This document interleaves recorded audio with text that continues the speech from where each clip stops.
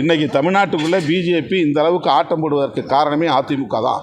அதிமுக செய்திருக்கிற மிகப்பெரிய துரோகம், தமிழின துரோகம் இது. அந்த கட்சி வளர்வதற்கு இடம் கொடுத்திருக்கிறார்கள். மீண்டும் அவர்களை தூக்கி தோளிலே சுமக்கிறார்கள். அவர்கள் இங்கே வலுப்பெற்று விட்டால் அதிமுக இல்லாமல் போய்விடும். பெரியார் அரசியலும் இல்லாமல் போய்விடும். இங்கே கிறிஸ்தவர்களோ இஸ்லாமியர்களோ சுதந்திரமாக நடமாட முடியாது. சாதாரண இந்துக்களும் கூட இங்கே சுதந்திரமாக நடமாட முடியாது. 96 வந்து பாஜகவை தமிழ்நாட்டுக்குள்ள கொண்டு வந்தது திமுக ஆட்சி தான்.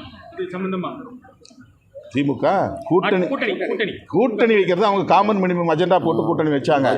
அன்னைக்கு 2001 வந்து அதுக்கு முன்னாடியும் சரி, அதுக்கு பின்னாடி மத்தியில் ஆதரவு தெரிவிக்கும் போதும் கலைஞர் வந்து இங்கே காமன் சிவில் கோடு, நீ பேசக்கூடாது, பாபர் மசூதி பற்றி பேசக்கூடாது, ஜம்மு காஷ்மீர் பிரச்சனை பற்றி பேசக்கூடாது, மதவாத அரசியலே பேசாமல் இருந்தால் அவங்க கூட நான் கூட்டணி வைக்கிறேன்னு கண்டிஷன் போட்டு தான் அவங்க கூட்டணி வச்சாங்க.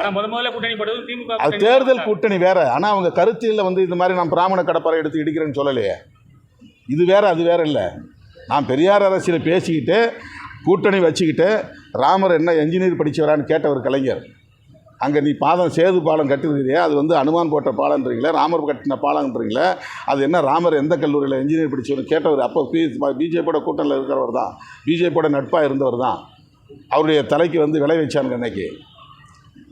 அதனால் அந்த கல்கை, அதாவது தேர்தல் ஓட்டுக்காக கூட்டணி வைப்பது, அதே நேரத்தில் கருத்தியலில் உறுதியாக இருப்பது.